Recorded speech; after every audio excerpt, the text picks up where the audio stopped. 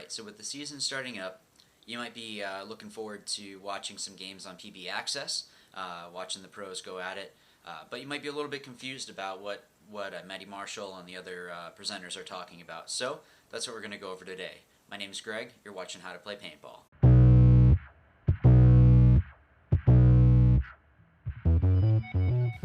Alright, so let's get into the nuts and bolts here. So this is the World Cup layout that PB Nation was able to put up, so thanks guys for putting that up. So the field is split into two sides. You have your Dorito side, which is this side of the field, and then your snake side. It's just always kind of been that way, where the Doritos are on this side of the field, or a majority of the Doritos, and then the snake side is this side. For players that haven't been playing a really long time, there actually used to be a bunker that looked like a snake that was in there. The name just kind of stuck. People would call them ladders or whatever. People call it different things, but snake kind of just stuck. So let's actually start with that snake side of the field. So anything in the corner, think of it like the corner of the field here, is going to be the snake corner. It could be any type of bunker. I mean, I've seen everything back here. As you move up the field, this bunker right here, any bunker that leads into the snake, that's what's called the God bunker.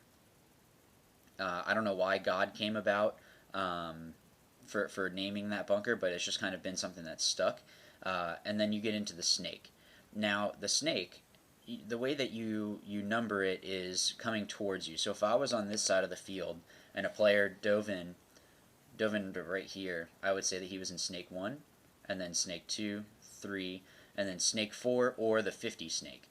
You see this darker line right here that goes through? That's the 50. You have to think of it kind of like a football field. So the 50 is going to be the center. It's not 50 yards or anything like that, but it's just a name that's stuck. And then, it would continue down this way with the snake numbers. Moving into the center of the field, anything that's close to the back center is going to be your home bunker. So this would probably be considered home, just because it's the closest to being in the back center. Most players are going to call it that.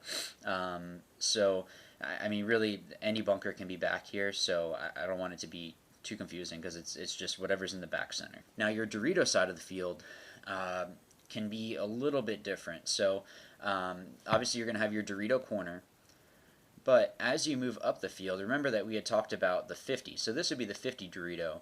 So this would be the 40 Dorito, the 30 Dorito, and then it would kind of keep going back, depending on where it was. Sometimes I've seen people where they, like, if this bunker wasn't here, then this would be it would jump from 30 Dorito to 50 Dorito. But if you hear them say that, or Dorito 1, Dorito 2, and 50 Dorito. So it's kind of like the snake, where the Doritos are counting higher as they come towards you. The other thing is obviously the center of the field. So going up to the X, if they say left leg or right leg, or Dorito side, snake side, all they're talking about is this A in the middle.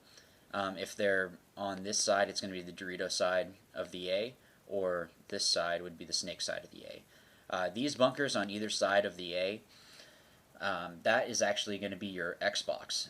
If you hear anybody say that, the A used to be a big X. It's actually made it a lot easier, because they don't have to run wires across the top of the field anymore to hold up that X. So the A is there in place of the X. So it's basically just cut in half. But the Xbox name has kind of just stuck. So anything that's like right in front of the X, I'm sorry, of the A, I'm so used to saying X, is going to be your Xbox. So you might hear them talk about being a player being a 1, a 2, or a 3. The 1s are going to be the guys that are first in going up the field.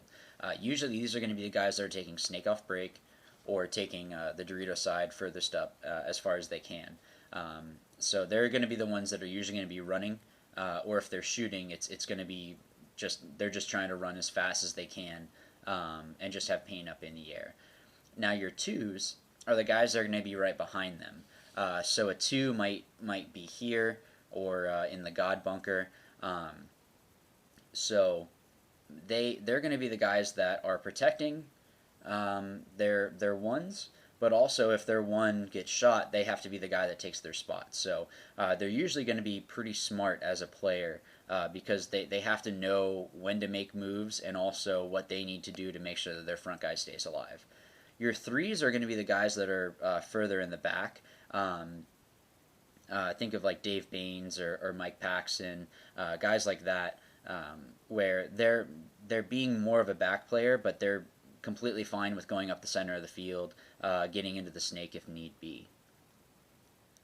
All right, so I wanted to bring up this format of the field layout just to show you some stuff. So there's a couple different sizes of bunkers and all that, and some of them are going to have different names. But I just wanted to go through and give a rundown of what each bunker is called, kind of a generic name.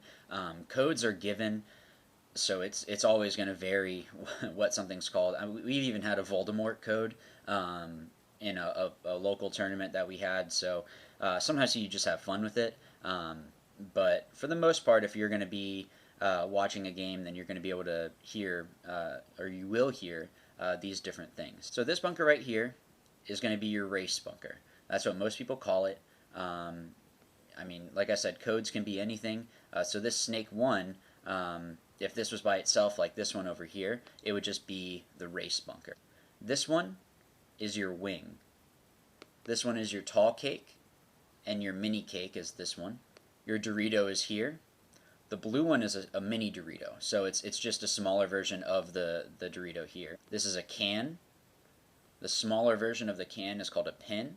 And then you have two different types of like a temple. This is your Aztec, and this is a tower or a temple.